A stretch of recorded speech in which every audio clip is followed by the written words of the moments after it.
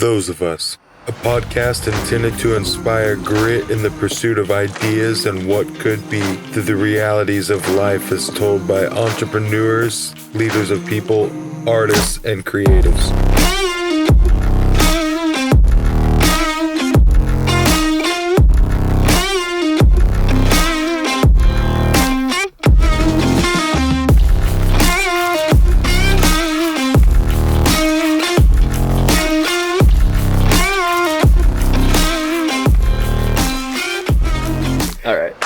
Here we go. Let's do this thing.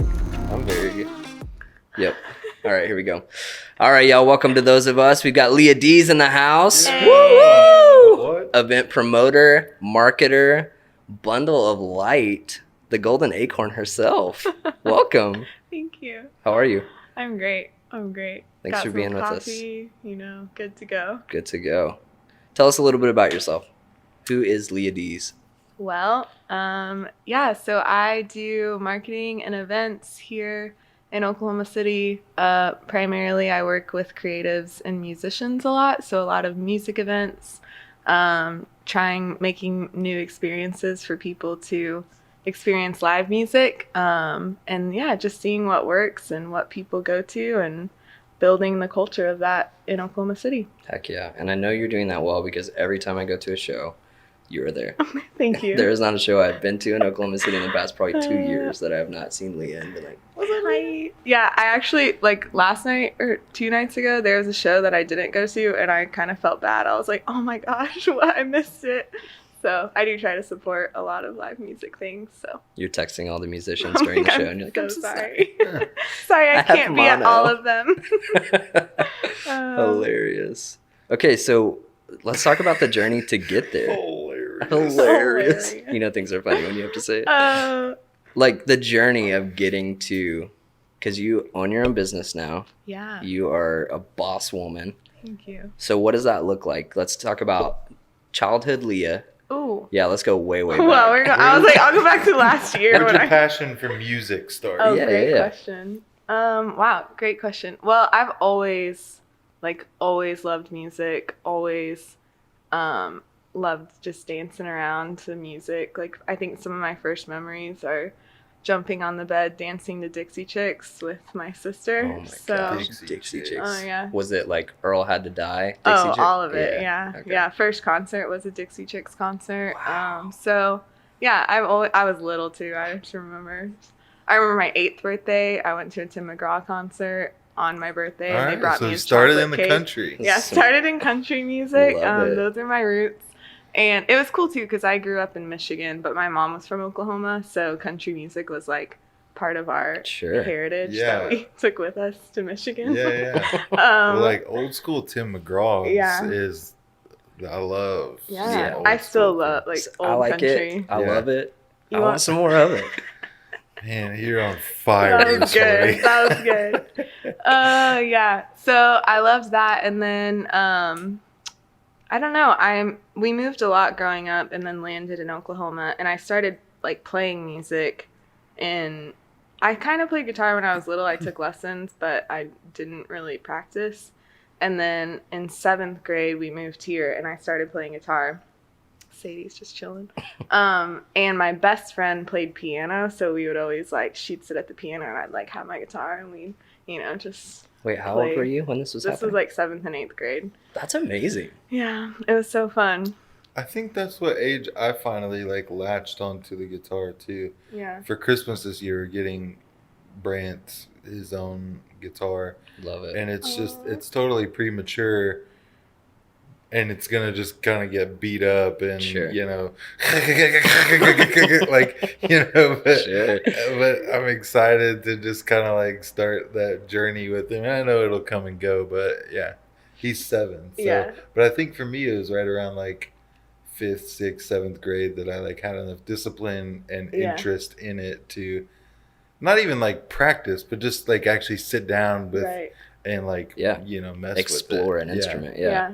I think it's amazing that you had someone to do that with, because my experience was, I don't know if it was similar to yours, but I got the Squire Bullet Telecaster. Sure.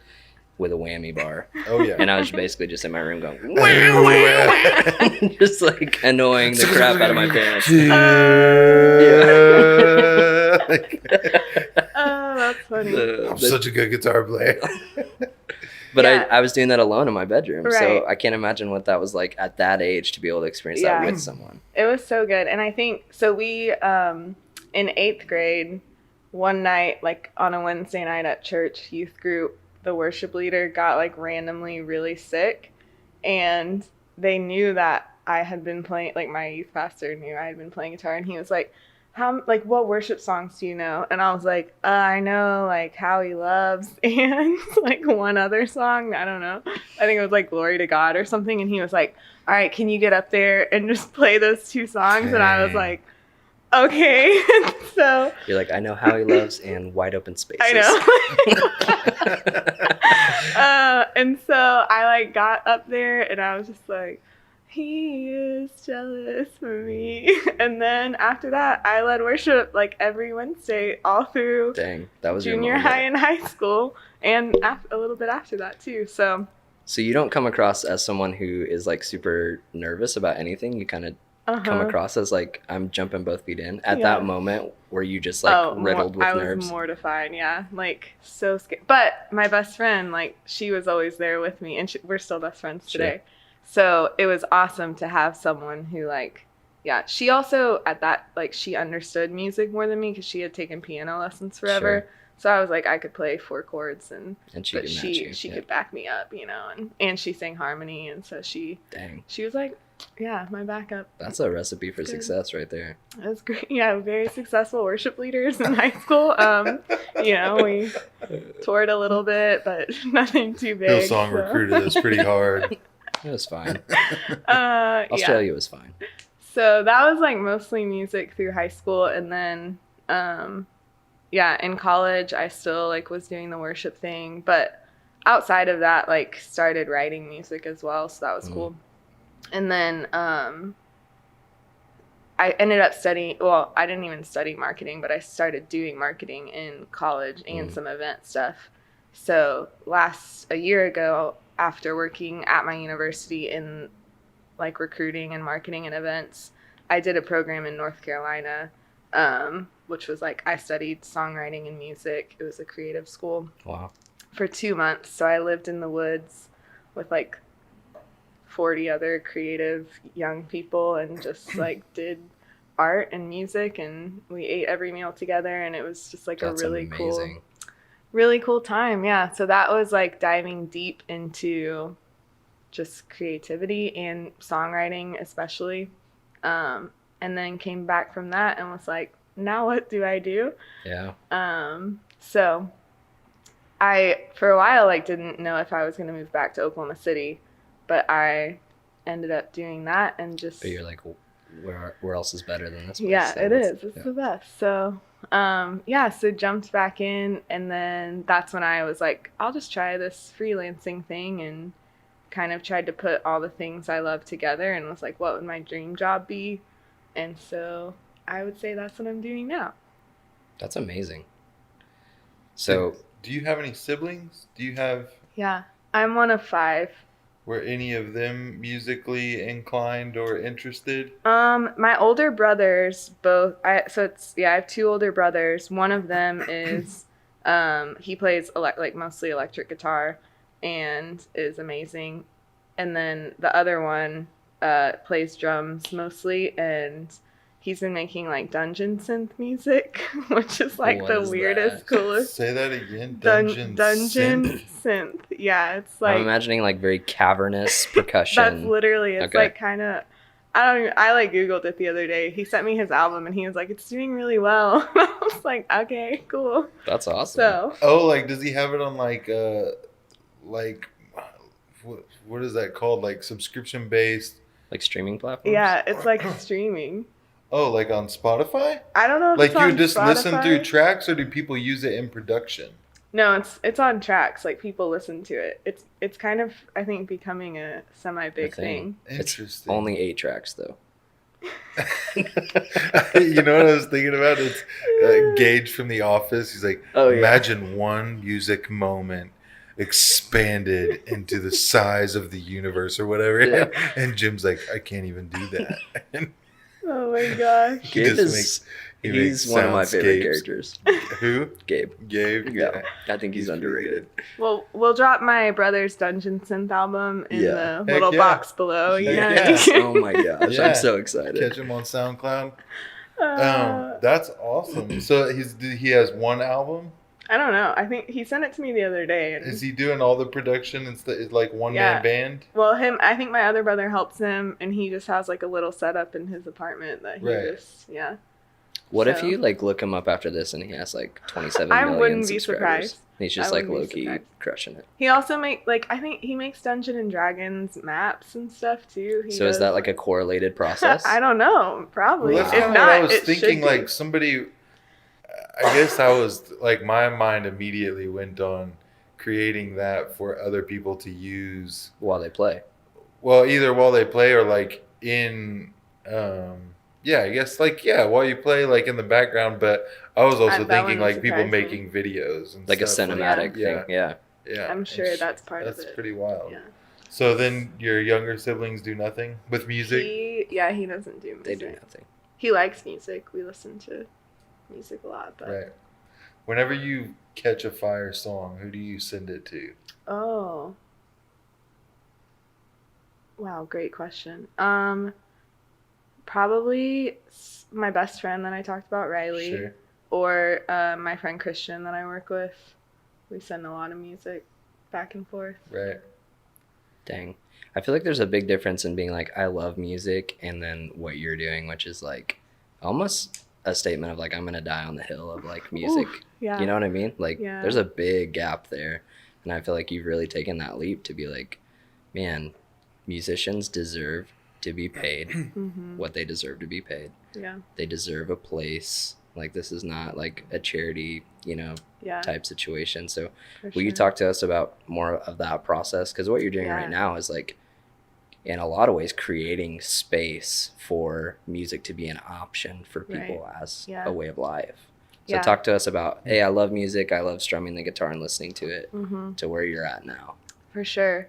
So I think like when I got back from North Carolina last year, and I was like, I met with my friend Christian, and he's doing a lot for music in Oklahoma City, and he's a musician himself, and so I met with him, and I was like, hey, what's like the landscape of music in Oklahoma City? What would it look like to do marketing like for music here? And a year ago, I think I told you the other day, it was like, that's not really like an option, and I just remember being like, what in the world? Like, why, how are there, these like hubs of music cities in the world? And if you're not in one of those hubs, or you're not, connected to the right people, you're going to be like a starving artist. And to me, I just started digging into like creative cultures and creative ecosystems, and just kind of figuring out like what would it look like for music to be able to be part of like the creative ecosystem, where people could, at least play gigs as much as anyone works like a full-time job and live and survive on that. And so part of that, is obviously like people valuing the art of music and being willing to pay for it. So in the last year, there's been several people in Oklahoma City who have said like, I'm gonna pay fair amounts for music, or I'm gonna fight for opportunities for musicians. And musicians who have had to say, I'm not gonna play for less than I'm worth, or like for what, less than my music is valued for. And that's a big part of it too, because if there's a musician who's like, yeah, I'll do it for free, that's shooting other musicians in the foot. Because people are like, oh, I can get this guy for free. So all of that like conversation has had to be happening at the same time, like teaching musicians the value of their art, teaching musicians how to be entrepreneurs and to, see what they're doing as a business and to be willing to invest in it. That's a huge thing, and to bring a good product. Like all of that has been like conversations that we're having with local musicians. Excuse me. And it's been cool too, because I've been getting to see that while I'm learning it with my own business too. So, you know, like, what does it look like to build a brand and to have like a social media strategy and to have an LLC maybe, or make these connections or go to networking events. So all the things that I've been doing with like a marketing business has really translated, I would say like a creative marketing business has translated into like the creative music world here. And then, just like dreaming about what that looks like for the next step of Oklahoma City musicians, and, you know, like planning some travel dates with musicians next year so that they like can see outside of Oklahoma City. But really just fostering, like the ecosystem of music, and I would say creativity, like creative arts and industry overall in Oklahoma City. Oklahoma City is growing so much right now. And that's kind of the next step. Like, we're getting the Contemporary Art Museum and lots of opportunities for artists. And so just teaching them how to steward those opportunities well, it's really fun and exciting. So that's amazing. It's incredible to me that, like, I mean, it's a real battle to like educate, first of all, like establishment owners to value that, but then also like the creatives themselves to say, hey, there's value. Because when you look at the statistics of the way that like pockets of a city are established and become thriving pockets of a city, the majority of that is that artists occupy like a rundown part of the city. Art starts to thrive. People are drawn to art. And then investors come in to a place that is already proving itself to be sought. You know, go in, develop that area, and then that pattern just kind of continues to happen around the city. So the fact that that educational process even has to happen is interesting to me, because I mean, it's not in the sense that like the personality of most musicians is like, I just want to create, period.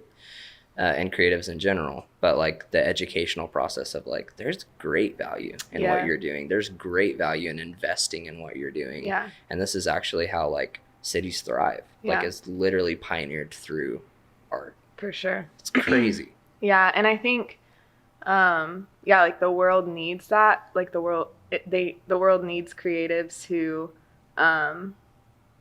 value their own art. And I have found that a lot of artists, they're like, I want to make art and I want to spend my time making art. And it's hard to like hold those things with both hands, and like also seeing yourself as an entrepreneur, which I think that's where like my passion is too. Like, I love doing the creating. I love writing songs. I love that process in part, but I also love doing marketing. I love the grind of like planning events and all of that. So I kind of see that as the place that I fit.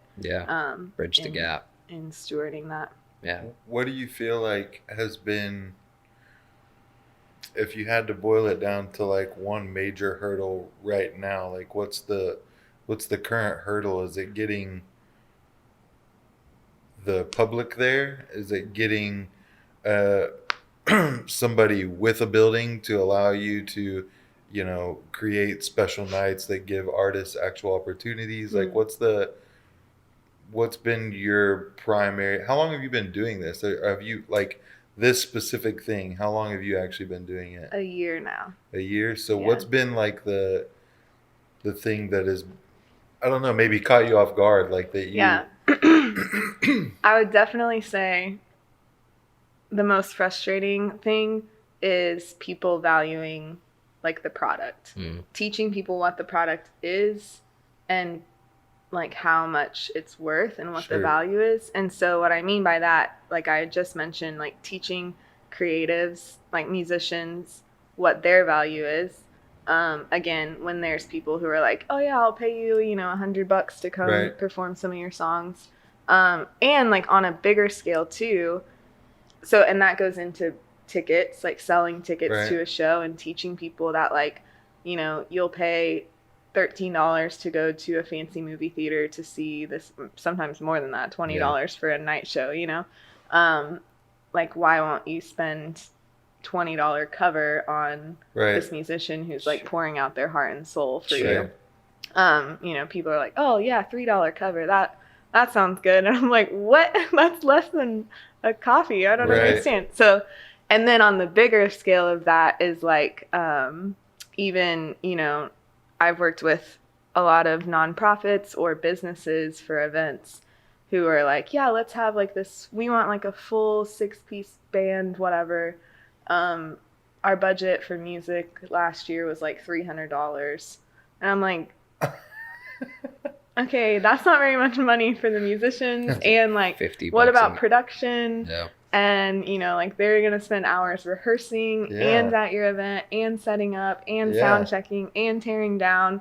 Like I've seen. They've invested in all this gear that you don't own. Yeah. Like I've seen the amount of just like time and energy and hours and investment in gear and even just like the wear and tear on the gear, like all of that in itself. So setting up and tearing down.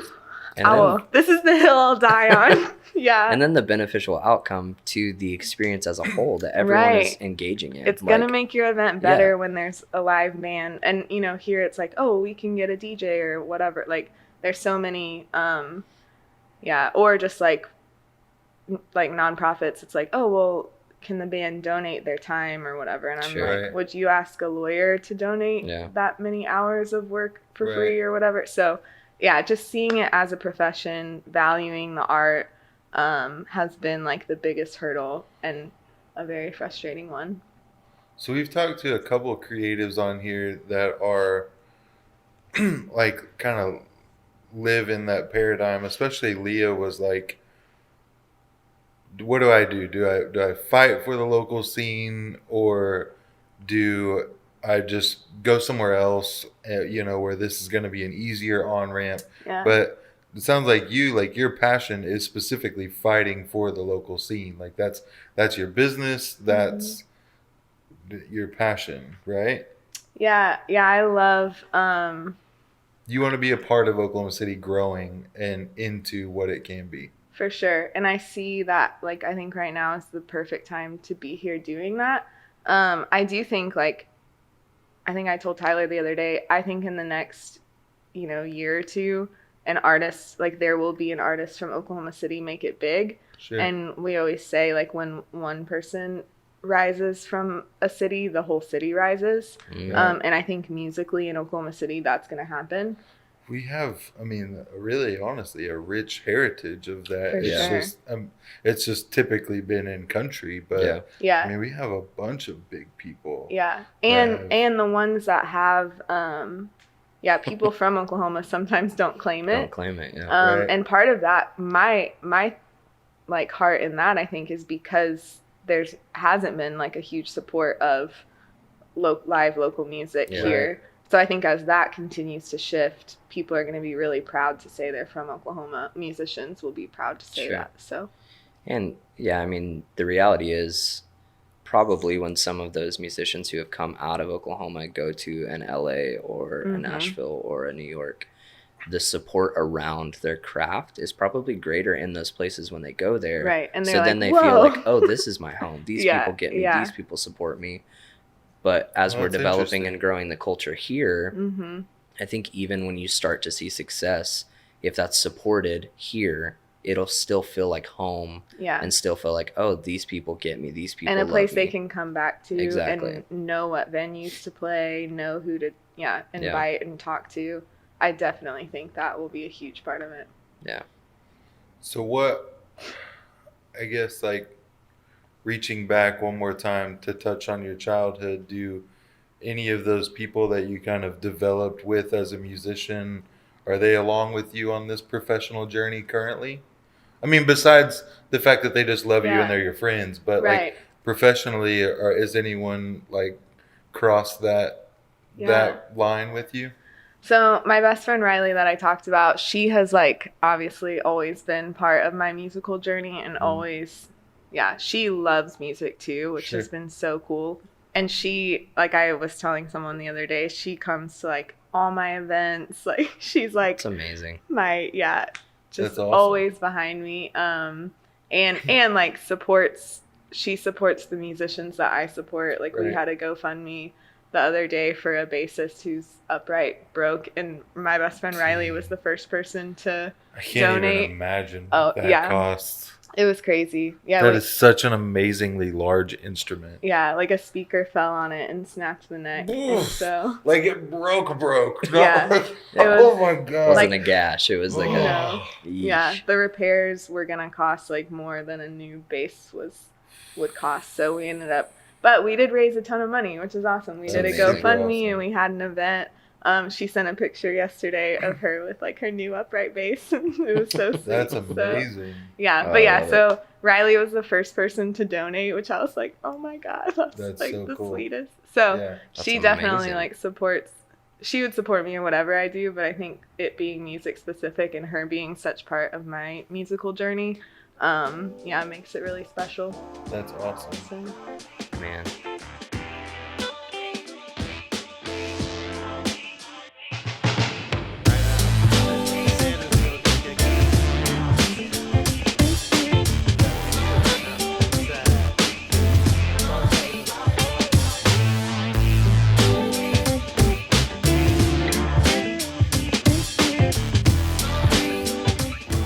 Okay, so your best friend has basically gone with you through everything, but let's talk about that in a professional capacity. She works somewhere else? Okay. She works in politics. Whoa. Not a girl. You laugh at it. She's very into politics. So like, and I support her in that. Okay? Of course. Show up to every vote. No, well, yeah. So she was playing piano for you growing up. Yeah. Were you like, like giving her legal pads as gifts? Like, what do you do with somebody how does that come out in childhood? Like she was just really dogmatic about chores? Or? She wore a pantsuit when she played. She actually didn't get into politics at all until college, and she was in school studying music, and she hated it. Like she still liked music, but she was like, she just hated like studying it rigorously. Yeah. And so then, she called me one day and was like, I really like my political science class, so I'm going to go into politics.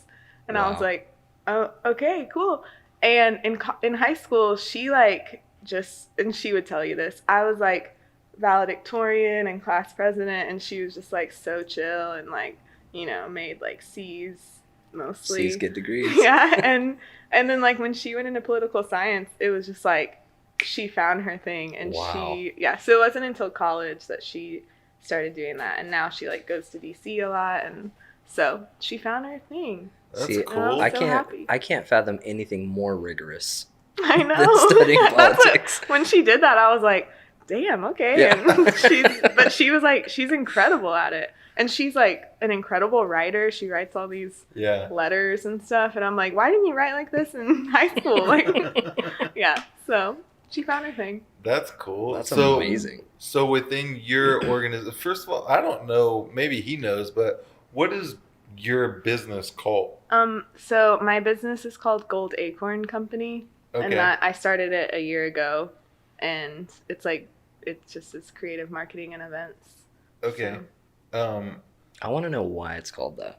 Yeah. Ooh. Well, let's get into that. I mean, like, let's talk about like where's the day where you picked your head up off the pillow and you're like, yep, Gold Acorn Company, I'm starting it today. I'm going down, I'm getting my LLC or, whatever structure you have. Like where did that come from? So when I was in North Carolina last year, again, I was there for 2 months living in the woods, like literally. Okay, you've already said that. We got to touch on it. What do you mean living in the woods? Have you seen The Village? Yeah, it was like The Village. No. So there's a program there called the 18-inch journey. And it's the 18-inch journey. The 18-inch It's the distance from your head to your heart. Yeah. Yeah. That's good. Yeah. And so it is like with Jonathan David and Melissa Helser. And so I had always wanted to do that program. I got in last year and went to that. And so, oh my gosh, you're so cute. So when I was there. Slugs up on the couch.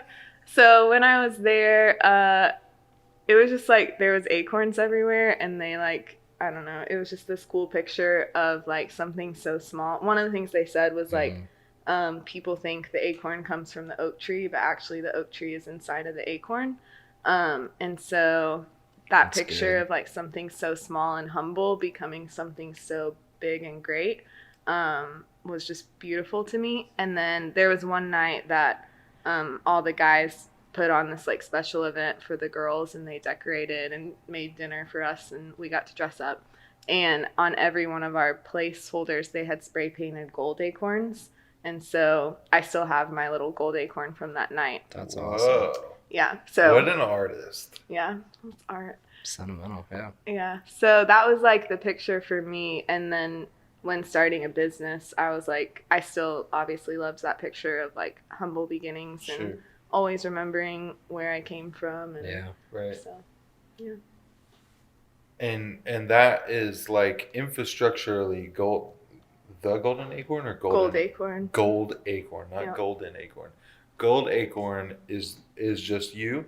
Well, so yeah, so I started that LLC last year. My dad got me my LLC for Christmas. That's awesome. Which is like, amazing. That's my dad. He's like, one year for Christmas, he bought me like a website domain, and last year he got me. That's the kind of dad I am. Yeah, my LLC. Yeah, that's legit. He's an entrepreneur also, so. Love it. Yeah, so he got me the LLC last year, and I primarily started as doing marketing because that was what I knew. And like a year ago, if you would have asked me if like events would be what I was mostly doing, I would have been like, heck no. So I was doing marketing for different companies. I mostly through word of mouth got several clients who I would do like their social media marketing and strategy stuff. And then from there kind of realized that events are actually like the best way to market a business. So I helped some companies put on events, and then obviously started doing music events. So that's kind of how it's shifted into more like event focused, which was surprising. But yeah, in the last year, I've just tried to be like open-handed to what clients and projects come. And so it kind of shifted from a lot of marketing heavy stuff to more event things. Huh. So it is me, and then I have a girl that works, she's a contract employee for me who is a photographer. So she takes like content photos for some of my clients and then takes photos at events. And she actually just started her company with her fiance, and they do mostly music, like creative assets, so videos and photos for musicians. So it's cool because there's kind of become this like little community of like contract employees who love music, and we all kind of like buy and trade each other's hours. So yeah, that's cool. I love that because then it liberates musicians to do what they do. For sure, and like a community like that can really come around each other and supply the strengths of each other's weaknesses. Yeah. And then you just get to run. Like everybody gets to run. It's so good. We all run together. We run on a lot of coffee, you know what I mean? You know what I mean? So you've started some incredible ecosystems really within the city. Good word. Where'd you learn that? No, I heard it a lot. Can you just run us through like what are some things that you've said, hey, there's a market gap for this, or there's a need for this, and I want to do something about it, from the start of that process to like where it is now? Run us through. So honestly, a lot of it, we say we throw spaghetti on the wall and see what sticks, which is like kind of true. And in the creative and music world, sometimes that's what you have to do when there's not any kind of like opportunities in a lot of ways. So a lot of that is like we're doing shows and just seeing what things people love and what works and what doesn't. And so one of the things that has really worked and is really fun is a year ago, that was actually one of our first projects too with Christian, who I mentioned.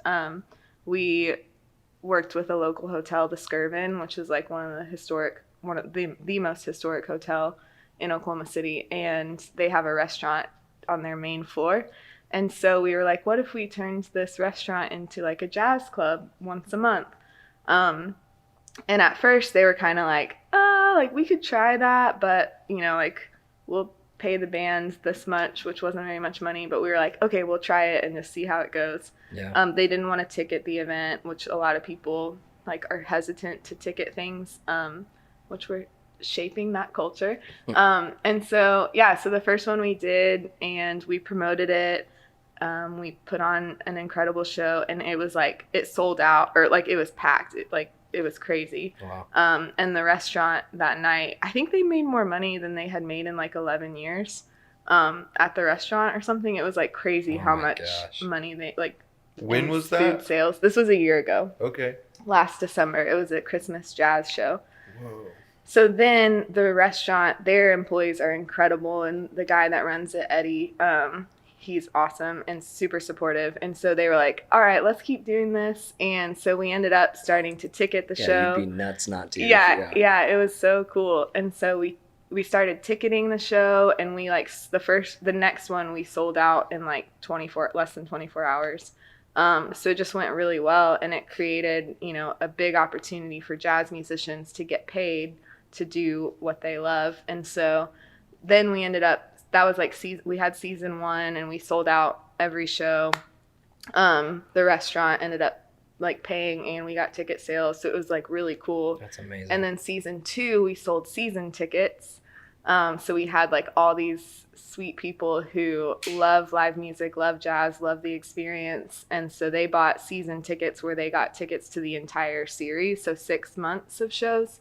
And then we just ended season 2 and launched season 3, where we announced a new artist in residence, who's an incredible jazz musician, Jeremy Thomas. I'm so pumped about this right now. I didn't even know about Isn't that it. amazing? Yeah. And so we were selling season tickets again, and just... What's the website? How do you do that? It's oksessions.com/Skirvin.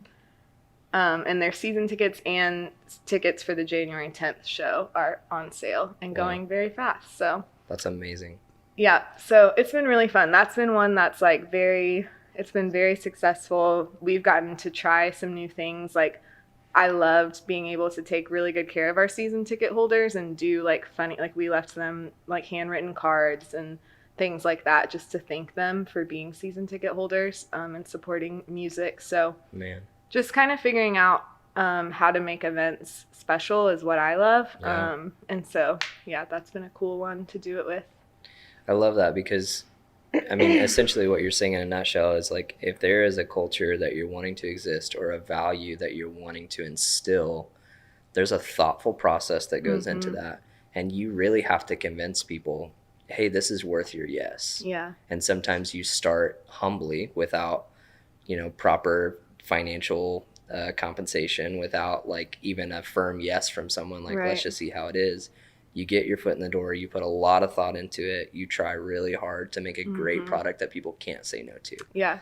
I mean, you would, as a business owner, to sell more one night that you're having an event than you have in the past 11 years, you can't walk away from that and be like, no, this isn't really working, you know? Yeah. So it really takes, like, I think a lot of musicians or creatives in general think like, oh, the culture's the problem, I just need more people to come to my art show. But like, our job as creatives is really to be thoughtful, to make sure that our product is the best that it possibly can be, so that the value is instilled in these people. For sure. Because I know a lot of musicians who will be like, they'll press hard for a lot of people to come to their show, and then it's mostly like singer-songwriters with an acoustic that do this.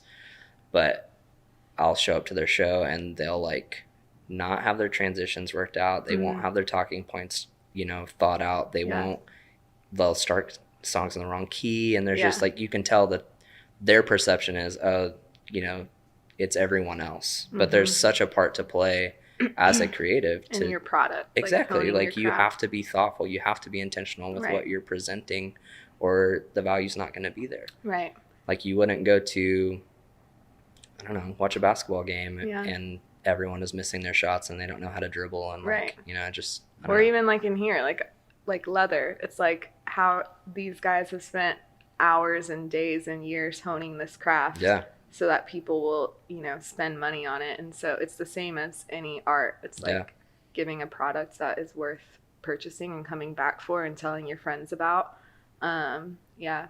I think too, there's also, I've learned the value in failing, which I'm like, you have to talk about that on a podcast, right?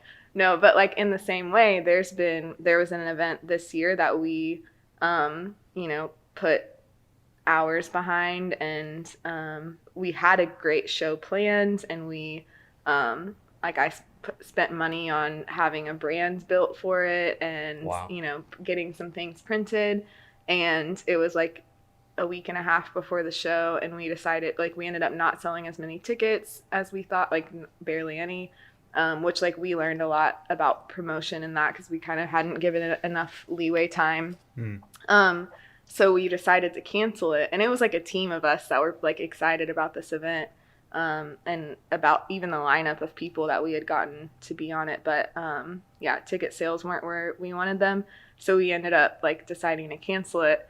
And I'm like a perfectionist, and so for me, that was like the first event that like we did that didn't pan out, and I felt like, oh my God, like I was so just like distraught about it. And then like after that day, I was just like, you know what, like we just all talked about it, and I was like, this was cool, like we failed, we tried something new, we tried this concept, we learned a lot, it didn't work out, and like there's just as much value in planning for something to be amazing and intentional, and it not working out, and just learning the lessons from that. And from after that, I'm like so much more open to take risks, because I'm like, nobody cared that we canceled this event. It wasn't like the end of the world, it wasn't the end of our business, it wasn't, it didn't hurt any relationships or anything.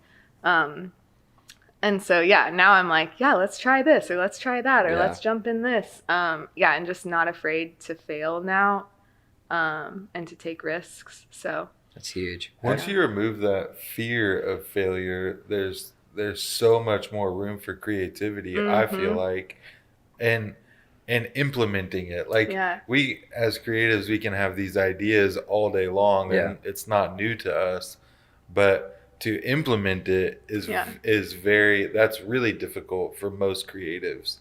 Because you're afraid of exposing yourself, you're afraid of exposing, maybe you're not as good as Joe Blow down the street who's been doing it longer, or what, whatever it is. But once you like rip the Band-Aid off that first failure, it just that was so key to me in my business development. And you also find so much more grace on the other side of that than you expect from everyone around you. Like, for sure, you were in that position because someone trusted you, someone thought that this was a good idea, your whole team backed you up, and they still backed you, like, like it wasn't, we're all in it together, no matter what. And that's like the beauty of, and I think especially in the creative industry, it's like we're literally all in it together, so totally. One person's success just elevates the value for everyone around. So, I think that's also kind of the beauty in this like chapter of Oklahoma City that Oklahoma City is currently in, where like we talked about, fighting for the culture to be what it is versus going to a bigger what environment. And I feel like one of the unique things about Oklahoma is just that everyone says it that comes from everywhere else. They're like, people are so friendly here. And I think I'm just the type of person that like doesn't really know a stranger. So everywhere I go, I feel like people are friendly because I'm over the top. But apparently that's something that we do well here that most of the country doesn't. And I think it will, once there is momentum, which I think is like happening, like I think we've gone through the kindling sort of spark, like the hard upstart, but I think that there is a lot of momentum now, and there's just, because of the people around you and the culture that we all grew up in Oklahoma, I think there's a lot more room for graceful failure. And I think that that's something that we underestimate living here versus going somewhere else. That's true. I feel like it'd be a lot more cutthroat if a musician were to just go to LA or go to and I don't know that from experience, I just am kind of hypothesizing, but I experience the same thing when I fail, or my company fails, or we do something that didn't work out quite the way it should, and there's a lot of money at stake and a lot of, you know, I don't know, time at stake, which is a lot of times in my projects more valuable than the money. I still experience so much grace whenever something doesn't go according to plan, and it emboldens you to like try new things on the next opportunity. Yeah, definitely. And like for me in that experience, it was like I lost, you know, $150 on like printing and a little brand thing, and it's like someday I hope I'm losing like, you know, thousands or $10,000s of dollars on an investment that I tried. And so it was kind of for me like, okay, this is like a step into like being a bold entrepreneur and like, again, believing in the product and investing in myself and in my community. And so it's just like those little steps that hopefully someday it'll be more money that I, you know, lose or invest or gain or whatever. So that's good. So I have 2 questions kind of birthing out of that failure. So during that process, how are you discerning, okay, this is something that we need to pull the plug on? And then the opposite of that would be like, hey, we just need to push through. It's going to be okay. Like, what was that process like discerning like, oh, this is the time where I know we need to pull the plug on this? That's a really good question. I am like definitely a person that trusts my gut a lot.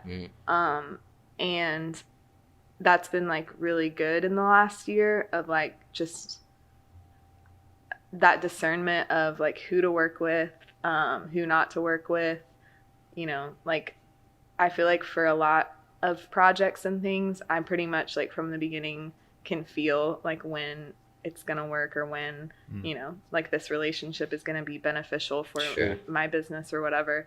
And so I'm definitely like a trust your gut person for me. I think with certain, like with this project, it was like we were trying something new. We were, you know, all these things. And I wanted to push through. Like I was like, I think we can like do it. Like, let's go, you know, hustle and like, let's just keep pushing and sales and whatever. But it was actually Christian who was like, I think like, he was just like, I think we need to pull the plug. Like we had only sold this many tickets, you know, like we weren't going to be able to like pay the band basically. And so, yeah, that was when we just, I think it was, I don't even remember how far in advance it was that we decided. But anyway, nonetheless, I think it's like, balancing that gut and just the logic of like, are we going to be able to pay the band or like, are we going to be able, because that's our biggest thing always is like, we want to honor the work that the band is doing, especially.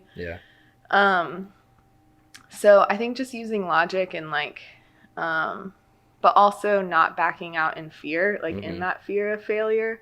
That's been another thing is like, there's probably been times where I'm like scared to do something or to continue something. So I just always ask like, am I doing this or not doing this out of fear or out of like wisdom? And so, it's a thin line. It is. It can be. For sure. I think it probably made that decision easier knowing, oh, this affects people outside of me. And I want to honor the people that their time and like their commitment to this. And then on the other side of that, you know, you spoke to it a little bit, but talk to us about what that looked like preparing for the next event coming off of that failure. Like you spoke to a little bit in the context of community, where it's like, oh, you have people to say, you know what, that was a failure. Let's try it again. And you're not isolated and alone in that process, but then gearing up again for like the next event. Was there any sort of reservation in that process, or was it like, okay, we got the failure out of the way, let's run?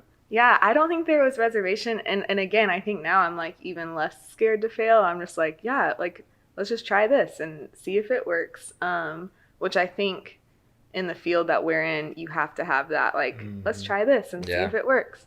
And so even now we're like preparing for a show, and there was one day where we're like, okay, ticket sales are like, where are we at? And it's like learning the culture too of like a lot of Oklahomans and teaching the culture. A lot of Oklahomans wait till like the day of a show to buy their tickets, which you've probably because we don't have that like famine mentality. Like there's just there's always room at creative things. And it's not until you and over again like like emphasize the fact that like, hey babe, we missed it last time because Yes. you know, we got to buy these this Thursday For sure. as soon as we get paid, or you know, whatever. Man, I learned that the hard way. Gregory Allen Isaacoff came and played, and I was like, oh, no one knows who he is. Like, I'll just buy him like the week before. I was devastated when I was sold out. Yeah. I was like, this is out of all the shows. You should be devastated. I was. Okay? I literally You should have been devastated. should have hated yourself. You should have bought your tickets first, okay? But really, I was like, yeah, it created something in me that was like, oh man, if I value something, I need to place that value on it immediately. Right. Like, I don't need to just wait around and be like, oh, it'll be there. Yeah. So you already bought your Taylor Swift 2021 tickets? Yes. Oh my gosh. Yeah, and so that is like, that's a huge culture shift that we're trying to like figure out how to make happen in Oklahoma City, of like buying your tickets when they come out, which with Skirvin, that's been part of the success, is that there's Season such tickets. a limited capacity in that room, that like they go really fast, and people know that now, so they buy their tickets early. Sure. You know, like the first show sold out in less than 24 hours, so it's like, obviously you should get your tickets. Yeah. I tried to That's wild. get while we're on that, back to that, because I don't want to miss out. I was looking for season passes on here while you were talking, and I wasn't paying attention to you. It's fine. They're not. I can't find them on here. I'll send you the you missed link. out. It should be on Snooze, there. you lose. But They're already sold out. Dang it! I'll send you the link. Okay. Yeah, it should be on that homepage, but It might be. Maybe it's just because it's on my phone and I'm trying to juggle this Yeah, and it's fine. be responsible. But well, so with that, Yeah. buying tickets day of, like, so on Monday night I did this event. It was the benefit show for our friend Ray for her upright bass, and like that. Literally the day of the show, I was like, we had sold, I think it was like 12 tickets or something, which, you know, that's not a lot. Yeah. But it was kind of like, okay, this show is going to happen no matter what. Like, all the money was going to her for her bass. right. And then literally that night at the door, which it was like a jazz show, which in the jazz community, that's even more typical, that you just pay the cover at the door. But like that night we're jazzy. Yeah, jazzy. There was like tons of people came, and the room was packed, and like all these people paid for their tickets at the door. And so then it's like, okay, so now we're planning another show in January it's like a variety show, and that's the one that we're like, okay, what do ticket sales look like? And it is a limited number, so how do we push that in a way that people know that? So it's all just figuring out when to push and how to push and when to pull, and so trial and error and growing, and man. Well,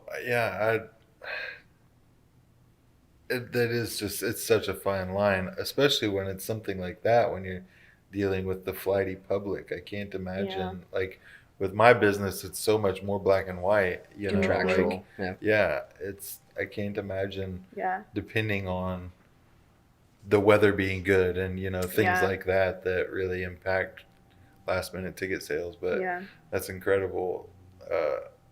Sounds like you're learning to balance it, and like your team is kind of learning to read it, and that's just part of the journey, right? Yeah, for sure. Crazy. With one of your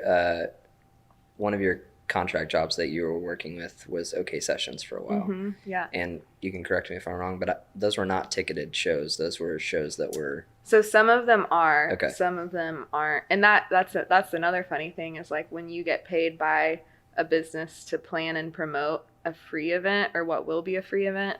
And just like, that's like a whole different ball game, because then you're pushing for weeks, you know, for people to be there, like if they feel good and if the weather's good, and like instead of like, you're online right now, buy this ticket while you're here, it's like, hey, 5 weeks from now, come to this event. So that's like a whole nother whole nother game.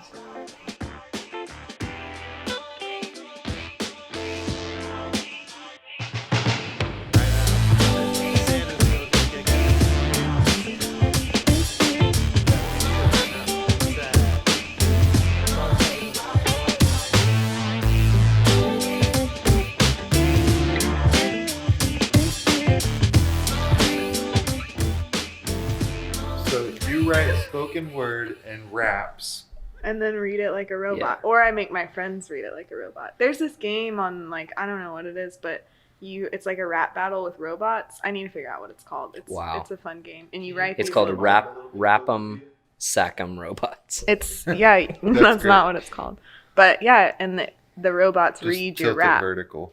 Yeah. There Just you go. pretend you're Hello. in the studio. Okay.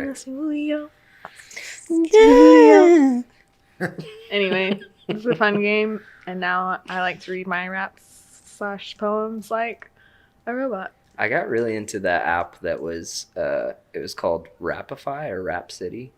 Rhapsody. Yeah, where you would send like raps back. Yeah. Word Rhapsody. Man. That's I had a fun. good You would little- like this game. We should play this game. Let's have a game night and play it. I'm great with that. Cool. Can you just like play it verbally? It's Or like is it like a it's board on game? the TV, Oh, or okay. like It's on the picture box. I don't remember. You look I think so we played- mystified with television. It's on the photo It's on panel. Ooh. I think you can pull it up on your laptop and just like stream it or whatever. I got you. I'll figure it out. Yeah. You set it up. Technology. You're an event. I didn't set it up, so my friends did. Also, I would just like to shout out this hat from Simpleton Goods. I just bought it here. I actually haven't bought it yet. I'll pay you for it. But Available now at Chapter. it's available now at Chapter, and it has a little OK on it, Because you are. like Oklahoma. You're okay. Cute. Thanks. So, yeah. Where do we want to take this? Shout out. Take it away. So we talked a lot about, like essentially giving yourself permission to fail and how much liberty that gives you in the creative process and in communicating what you want to do with things. I'm really interested to know, it sounds like you have a personality that's a little bit more like mine, where it's like just push through. The leaf blower comes through here every morning. Wow. Thank you, leaf blower man. Love you, man. You're doing a great job. I just want to. We should ask How- them to schedule it How differently. bougie that you have a leaf blower that does your leaf Well, blowing we've got for a bunch you. of It is bougie not people cheap. in this apartment Gratitude. complex that Gratitude. whine about like, Leaves. yeah, Yeah. there's all these leaves on the pavement. I'd be out there with a rake.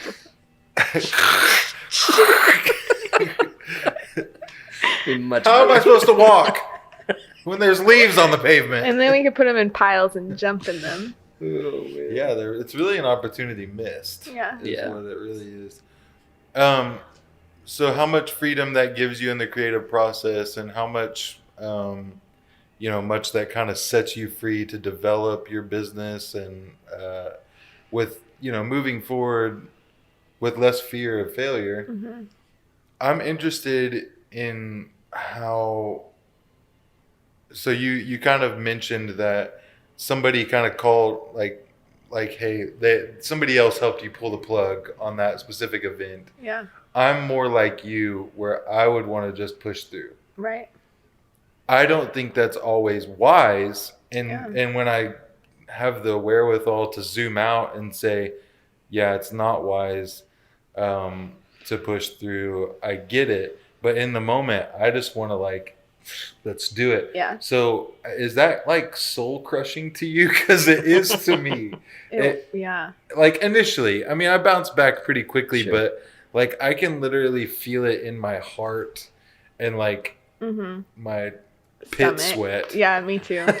Like Feeling in the I pit can sweat. I can see it slipping away, and I'm like, Yeah. like I really had a vision for this, and I think it can still work. Yeah.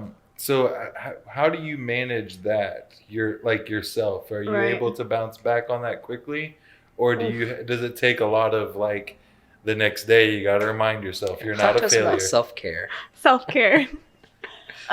So it's funny because I think it's kind of both, and I think it depends on the situation. And so like part of it is my like fear of failure, which is like I'm gonna hold on to this with everything and do whatever I can. I had another event recently that was like my event that I was so nervous about. Like I also have anxiety, LOL, which is like a great mix with business owning and entrepreneurship. And so it's like I was literally so anxious about this event, and I ended up like I actually did make a call to change some really big things about the event and make it shorter and all this stuff, and sacrifice some for that. But I was just like really anxious, and it ended up like being great, but part of it, the fear of failure and like caring what people think, that's my thing, is like I care a lot what people think. And with that event that I talked about earlier, it was like I literally had to step back and be like, nobody cares, like nobody's mad, nobody is like upset with me. So it's always like this mixture of like the perfectionism, fear of failure, caring what people think, also like not having my identity wrapped up in the events that I plan or the work that I do. And I think for all of that, for me, it's been like just the people around me and the team that surrounds me. Because there's days, you know, or events where I'm like anxious or nervous, or the people I'm working with are anxious, and we all just like have to be there for each other.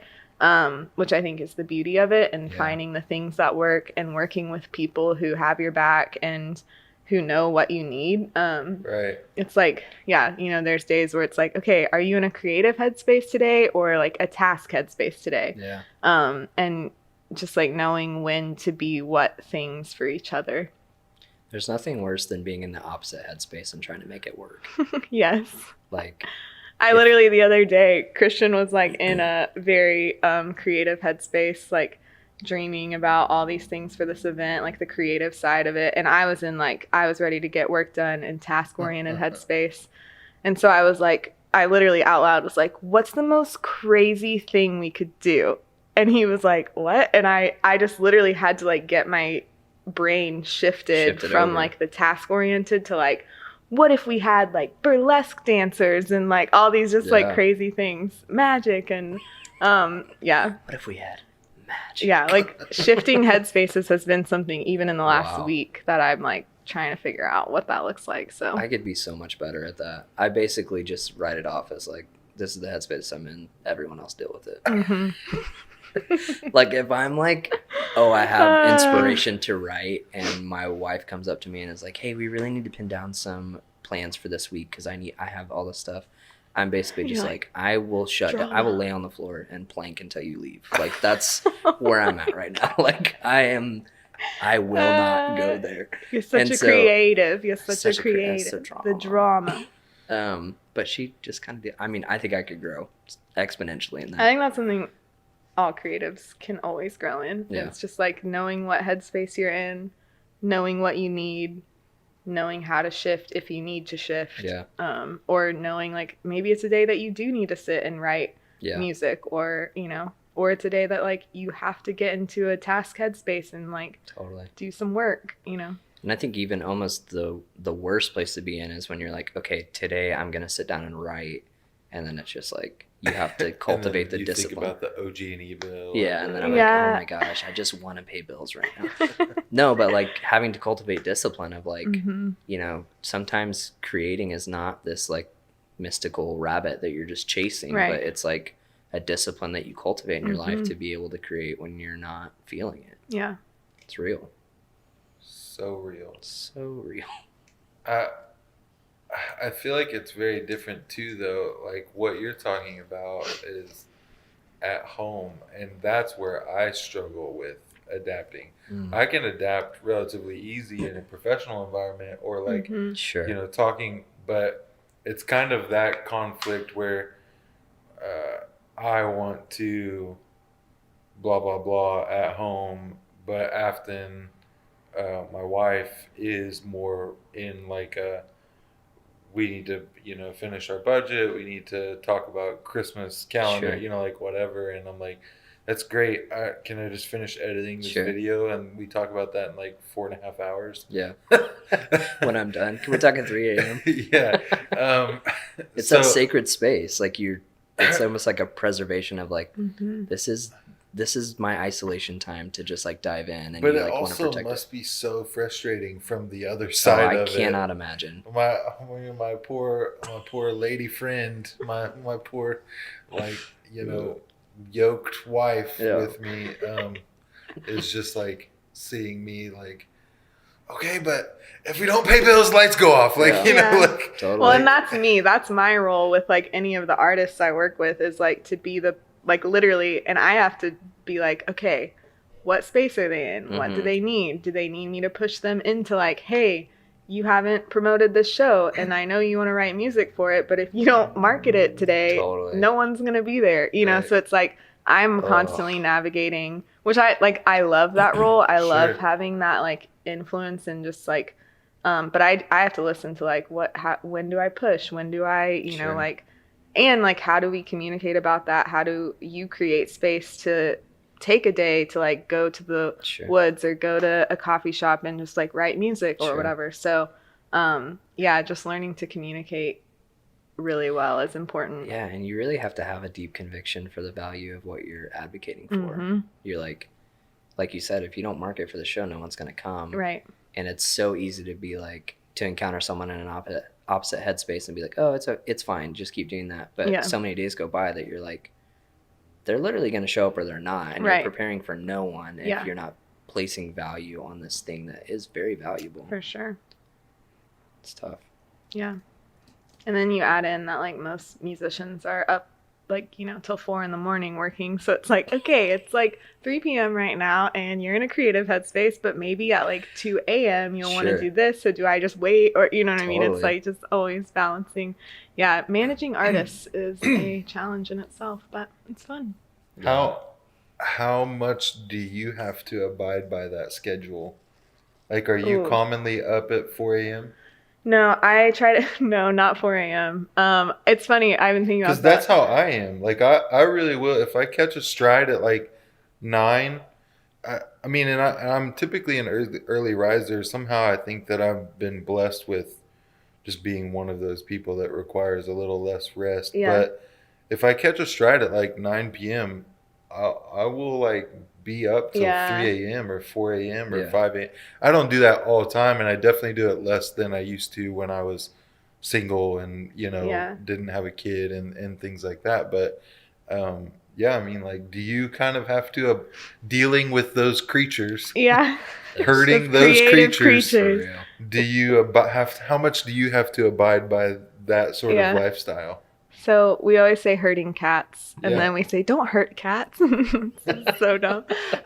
Okay, well, so I used to be like a very like I went to bed at like 10. I woke up when I worked full time. It was like woke up at 6, worked out. Like I had my rhythms down, and this last like especially 6 months probably has been learning new rhythms for sure. I don't stay up till 4.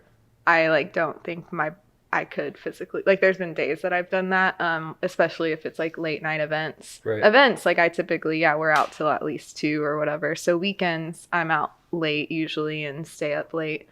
I also have had to like learn the rhythm of like, I don't have to start working at 9 a.m. Like I can sleep in because if my work day is from whatever 2 p.m. until 2 a.m. Like it is okay for me to sleep in and to like have a slow morning and not start working until noon or whatever. Slow mornings are underrated. Yeah, slow mornings are the best. And that's been like my rhythm now is like I don't need to start. I don't have to have meetings before noon or what. Like today I was like, this is literally the first time I've been out of my house before 9 in a while. And it's just I'm really grateful that I'm learning that because I used to think when I started my business, it was so hard to get out of the rhythm of like 9 to 5, especially when it's like I am working until 2 a.m. some nights. So that's been just figuring that out and learning when to be creative and when to work and what hours, you know, am I more productive early in the afternoon or late in the evenings or you know, what days of the week. And it's I have to balance that because I have clients who are businesses who are working 9 to 5. So just learning the balance. But so when your like role is basically fighting for, advocating, hurting these creatives, you're serving other people nonstop, essentially. Not hurting. We do not hurt cats. So what does it look like for you to take care of yourself, and is that hard for you to shift into? That's a good question. I think that has been something I'm constantly learning and doing that by just asking myself, like, what do I need? And taking time to do that, to learn my rhythms of when I do need to rest, what time do I like absolutely need to go to bed, you know, what does like a workout routine look like, or eating healthy. It's easy to eat like tacos and pizza all the time at like, you know, 2 a.m. Yes, for sure. So just like, let me pick the healthy pizza option, you know? Cauliflower crust. Yeah, cauliflower crust, and like get some veggies on there. I'm just kidding. But really, it like, or last week there was a day where I felt super off. And when I finally was like, why do I feel so off today? I realized that like the night before I had gone to this event that I really didn't really need to go to. Like it wasn't one of my events. It wasn't really like a good networking thing. It was like a Tuesday night, really late. And I before I left for the event, I was like, I should probably stay home and rest tonight, because I had an event every other night that week. Wow. And that was like the one that I could have missed, and I should have missed it. Like, and the next day, I literally was like, I felt off, and I wanted to like beat myself up for it, but I was like, okay, that was a great learning opportunity. Like if I would have asked myself at 7 p.m. last night what I needed, it would have been to stay home and like rest. And so, yeah, it's just learning like to ask in anything, like what do I need right now, and meeting those needs in a healthy way, instead of like, you know, pushing myself too much or coping with, you know, like Instagram or whatever. Totally. Like I think we all have coping things too when we aren't taking care of ourselves, to just like numb out. And so, yeah, just learning to meet needs healthily and not in unhealthy ways. Totally. That's so good. I feel like I struggle with that, where I think, I feel overwhelmed. What I need is sleep. And what I actually need is just space for my mind to like wander where it wants to wander. Yeah. You know? And so sometimes I'll overcompensate by just like sleeping in instead of waking up and just allowing my head to have space, when that's actually what I need. Yeah. So it's really hard to like, evaluate yourself in a way that's productive. Yeah. Because you have to know yourself well. And literally, I will ask my friends or the, you know, creatives I work with and myself, like, what does your heart need? Like, literally pause for a second and be like, heart, what do you need today? Like, and, you know, usually it's like, should I go to this event or not? Like, what do I need? You know, should I spend time doing this thing or not? So, yeah, there's a lot of power in just like pausing and asking yourself what you actually need. Yeah, that's an amazing question, like that you're asking people that you're managing like that. I mean, I have not been led by a lot of leaders who would pause to ask that question. Yeah, so that's amazing. Absolutely. Yeah, especially like not even necessarily the people that you lead, but just the people that you're around, or the band, or the, you know, the leader within that band. What, you know, when you're trying to plan an event or whatever. Yeah, it is a really. I think that's just part of like, I think that if Oklahoma City can build its artistry, you know, the industry around art through people like that are really caring, and it's not so much about just creating things for people to consume, but also protecting the artist and the, you know, the guy that's running the bar, like just the ecosystem. I mean, for real though. And the guy that's running the bar. Yes, that's like, I love that you said that. That is one of the most like those relationships. Like if everyone is intentional, from the person behind the bar to the person behind the sound to the person behind the mic. Sure. And if everyone feels valued, like it is creating an ecosystem where, you know, everyone is cared for and cares about what they're doing and values what they're doing and is valued for what they're doing. And that is the kind of place I want to live. Yeah. I think one of the most amazing things about history is that when like really pivotal times occurred, I don't know that the people that were living in that time really understood it. Sure. The weight. I feel like that's where we are, and that's what I see, and like I'm stretching for daily is like, it's really cool to be like, just think about the conversations you're going to have 10 years from now about this time. Yeah. Like it's going to be. It reminds me of Nard Dog on The Office, where he's like, I wish there was a way to know that you're in the glory days when you're in the glory days. I literally was about to say, we have like this washcloth that says these are the good old days. And that is like constantly the feeling I have of like like we are creating the good old days, and just like making something. And if we can have a present perspective, that's huge. I mean, that like puts vision before you to realize like, oh, like we're doing something substantial here. Yeah. We're fighting for something that's bigger than ourselves. And if we can have a present perspective and not be so future, focused of like, the process is the beautiful part of, the destination. So it's all about the journey, bro. All about the journey. Well, kind of like moving towards closing this up and going and getting some good breakfast, I have an interesting question for you that I think that there will be people that see this, eventually, or, whatever, that as it kind of shares around, people that are interested in playing an active role in the Oklahoma music scene. What should we be looking for? What should we be, I guess, how do we have eyes to see? Really? I mean, like, how do we know what's happening when it's happening? And how do we play our part in it? Like, you're playing obviously a very specific part. How do the general population that, don't necessarily, being in your position is not their passion, how do we help this evolve? How do we support local artists better?